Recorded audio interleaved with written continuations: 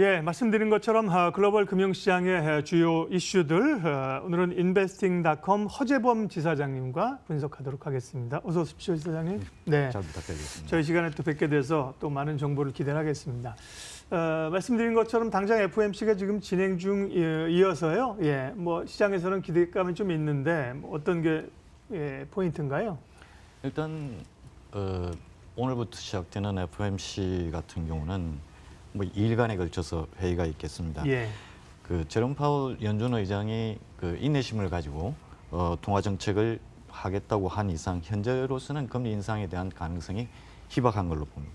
네. 현재 미국 그 옵션 시장에서의 그 지표를 금리 수준의 금리 그 옵션 시장에서의 그 데이터를 보면은 금리를 현 수준에 유지하는 게 98% 이상, 예. 그리고 금리 인하에 대한 것이 약 1.3%로 나타나는 걸로 봐서 현재로서는 금리 인상에 대한 가능성이 희박하다고 보고 있습니다.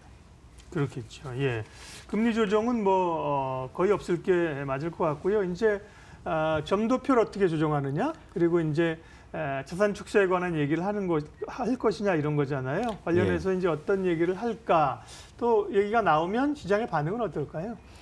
일단 점도표, 금리 점도표는 작년 12월에 발표하기로는 2019년도 금리 인상을 네. 2차례, 그렇죠. 2020년도 한 차례를 예상을 했습니다만 현재 시장에서 보고 있는 애널리스트들의 전망으로서는 2019년도 한 차례로 축소될 것으로 전망하고 있습니다. 네, 그걸 이제 반영하느냐가 문제이고. 그렇죠. 그런데 이제 비둘기적인 기조를 지속한다고 해도 시장에서는 이미 그걸 좀 반영한 거 아닐까요? 예. 충분히 반영되었다고 네. 봐야죠. 예. 왜냐하면은 제롬 파월 의장이 이틀간의 FOMC 회의를 마치고 예. 또 어떤 성명서를 낼지, 또 기자회견에서 어떤 언급을 할지에 달려 있습니다만은 지금 현재로서 지난 12월 발표한 인내심을 가지고 통화 정책을 결정하겠다는 그 말 이상으로 더 도비시한 언급이 나올 것으로는 보지 않고 있습니다. 그렇겠죠. 즉, 그 이야기는 시장에서 이미 충분히 반영이 되었고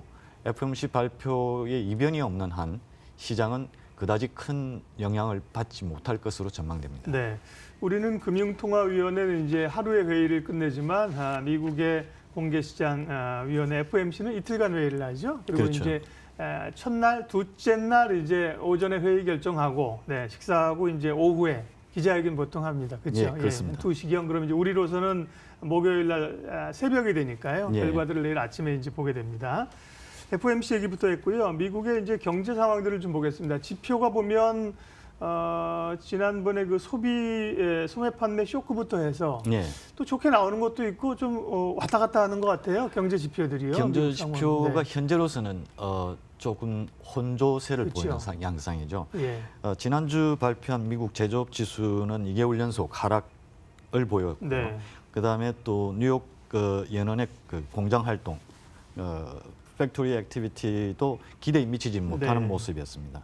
이번 주 목요일 필라델피아 연원의 제조업 지수를 보면 좀 더 여실히 파악이 될 것으로 생각됩니다. 고용 지표도 안 좋게 나왔고요. 그렇죠. 지난번에. 예. 그런데 뭐 또 다 안 좋은 건 아니고 일부는 또 생각보다 좋게 나오고 그렇습니다. 있어서 예. 확인 과정들을 가지고 있습니다.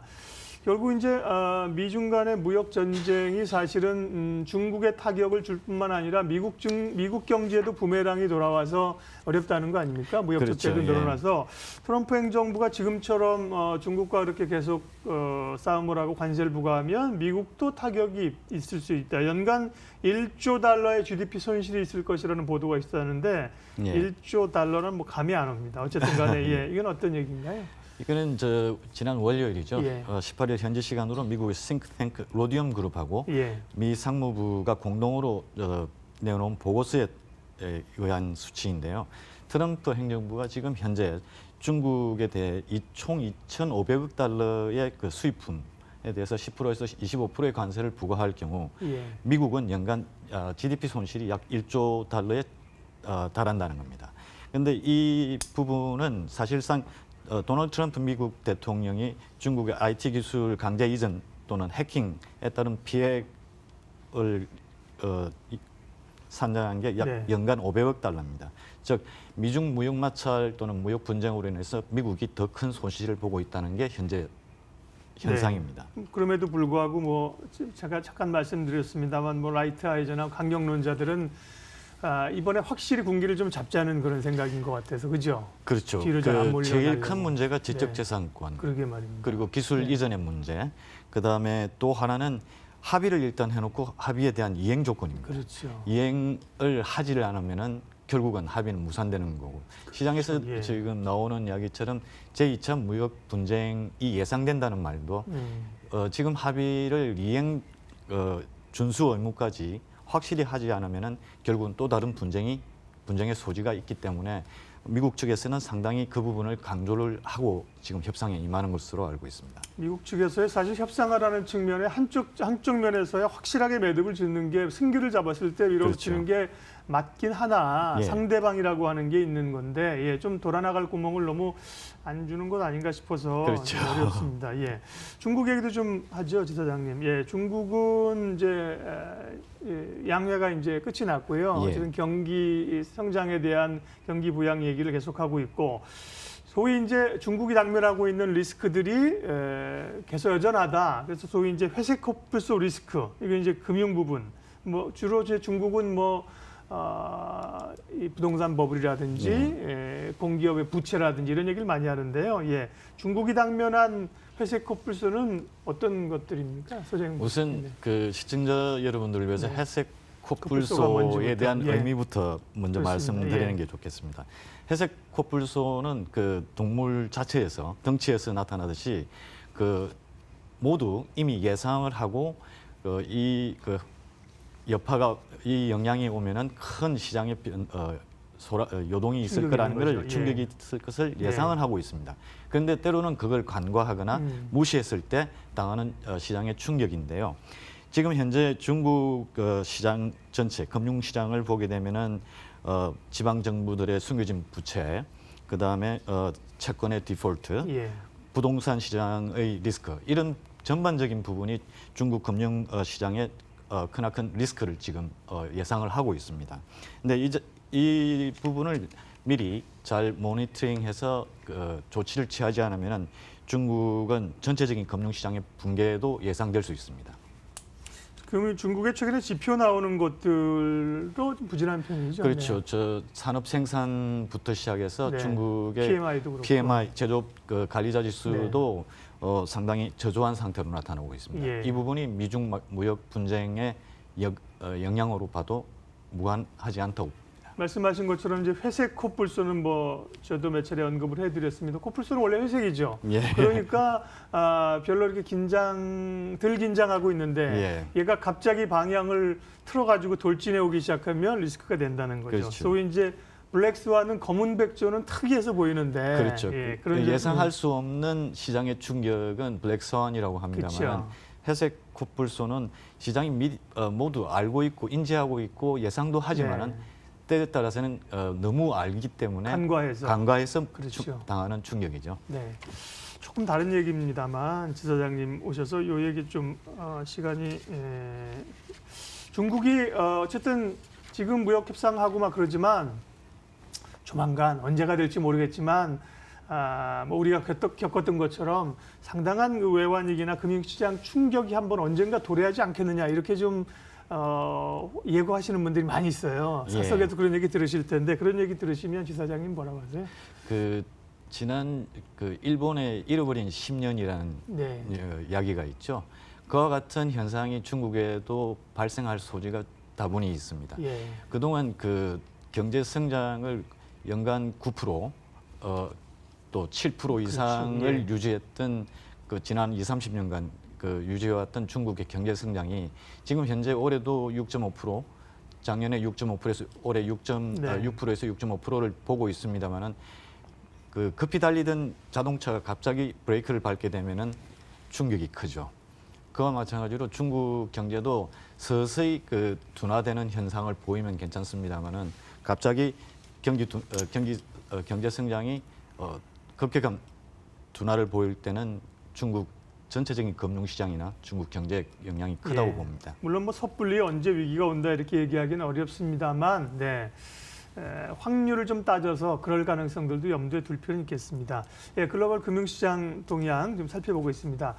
달러 좀 흐름 좀 알려주세요. 달러가 굉장히 사실 신흥국 시장에는 영향이 자금 흐름상 중요한데 생각보다 달러가 이제 강세로 가다가 최근에 좀 약세이죠? 예, 최근에 약세는 일단 FOMC 뭐 오늘 내일에 대한 부분도 감안을 하고 있는 것으로 보고 있습니다. 일단 FOMC 앞서도 말씀드렸습니다만은 미국 경제 성장률이나 금리 전도표의 그 하향 조정, 또 대차대조표 그 축소 시점에 대한 구체적인 언급이 나오게 되면 달러는 그에 따라서 또 반응할 것으로 보고 있습니다. 네. 현재 달러의 요인은 미 경제 성장이나 그 FOM 연준의 그 발표에 의한 것뿐만 아니라 지금 유로존의 그 경제 성장 문제, 독일도 최근에는 경제 성장의 둔화를 보이고 있고, 독일은 참고로 유로존에서 가장 큰 제1의 경제 국가이기 때문에 독일의 성장 둔화는 유로존 전체에 큰 영향을 주게 됩니다. 그리고 또 하나는 그 브렉시트 이슈인데요. 이 부분이 2년 반 브렉시트를 EU와 영국이 협의를 하고도 결국 지난 1월 달과 지난주 메이 총리의 그 수정안, 합의안과 수정안을 하원에 그 표결에 붙였습니다만 거부를 당했고, 결국은 그 노딜보다는 일단 브렉시트의 시점을 연기하는 쪽으로 의견이 모아졌습니다만 과연 EU의 27개국 회원국들이 그 부분을 어떻게 수용하는가에 따라서 바뀌게 되죠. 참고로 그 EU 입장에서는 이왕 연기를 한다면은 장기적인 관점을 보고 있습니다. 그렇게 함으로써 영국의 브렉시트에 대한 의지가 꺾이는 것을 바라고 있죠. 네. 그러니까 미국 달러 인덱스가 이제 6개국 통화하고 연동돼 있기 때문에요. 거기서 이제 유로존이나 또 영국 파운드 영향이 커서 그렇습니다. 지금 조금만 96 제가 인베스팅 자료 제가 열심히 보거든요. 달러 인덱스는 95대로 내려왔네요. 95.85를 기록하고 있으니까 지난번에 97, 98에 비해서는 꽤 내려온 거고요. 외환시장에서 원화 환율은 최근에 흐름이 어떻습니까? 원화 환율은 최근에 1,130원대에서 소폭의 움직임을 보이고 있습니다. 일단 원화의 영향은 물론 달러 미국 경제 정책이나 연준의 발표도 중요하겠습니다만 최근에 원화의 움직임은 중국 위안화의 움직임을 많이 따르고 있습니다. 그 부분에서 중국의 최근 미중 무역 마찰, 무역 분쟁에 따른 협상 타결이나 또 협상 타결 지연이나 이런 부분들은 원화에도 상당한 영향을 미칠 것으로 보고 있습니다. 네. 유가 부분은 변동성이 좀 있다가 최근에는 조금 올라오는 분위기인 것 같은데요. 이건 뭐 지정학적 얘기도 있고 수급상에서의 또 미국이 워낙 셰일 오일을 많이 쏟아내는 얘기도 있고 유가 수준은 대략 뭐 지금 수준에서 흘러가는 건가요? 일단 유가는 그 WTI 기준으로는 배럴당 60불을 지금 향하고 있는 것으로 보이고 있습니다. 그 이유는 지금 오펙이 다음 달 4월 17일, 18일 오펙이 오펙 플러스 장관들이 모이게 되죠. 그 모임에서 지금 현재 하루 120만 배럴 감산을 발표했습니다만은 그보다 더 추가 감산이 있을지, 그리고 또 미국 셰일유 생산이 최근 데이터를 보면은 약간 줄었습니다. 매주 사상 최고치를 생산량을 기록했던 셰일유 생산이 약간 꺾인 것 같은데, 일단 지금 현재 상황에서 미국 셰일유 생산량이 어느 정도 더 증가할 수 있는가에 따라서 시장은 영향을 받을 수 있을 것으로 봅니다. 무엇보다도 생산도 중요하지만은 그 전 세계적인 글로벌 경제 성장의 둔화죠. 다른 수요, 수요 둔화가 결국은 유가에 가장 큰 영향을 줄 것으로 전망이 됩니다. 사실 미국은 뭐 석유가 낮습니다만 자기네 석유 들 쓰고 주로 이제 중동에 있는 국가들과 친미 성향으로 관계를 맺고 그쪽에 석유를 가졌었는데 지금 뭐 셰일가스를 워낙 많이 뽑아낼 수 있으니까 미국이나 이 러시아나 석유 이제 강국입니다. 원자재 시장 얘기 나온 길에요. 팔라듐 저희가 이제 지난번에도 이제 팔라듐 얘기를 좀 저희 다른 코너에서 한 적이 있는데 팔라듐 가격이 사상 최고치를 기록하고 있다면서요. 금은 또 요즘 어떻습니까? 상품 시장은? 금은 현재 현물 기준으로도 선물 기준으로도 지금 1,300불을 유지하고 있습니다. 예. 1,300불을 상회하고 있죠. 금에서는 금의 가장 큰 요인은 달러나 금은 수급보다 달러, 그 다음에 또 경제 성장이 둔화되고 또 투자자들이 리스크를 회피하기, 위험을 회피하는 쪽으로 보게 되면 안전자산으로서의 금의 가치는 상당히 올라가게 됩니다.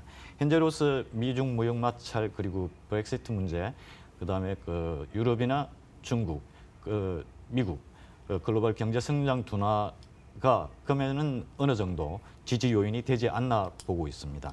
무엇보다도 귀금속, 금, 은 그리고 플라티넘, 팔라디움 중에서 지금 현재 가장 비싼 것은 팔라디움입니다.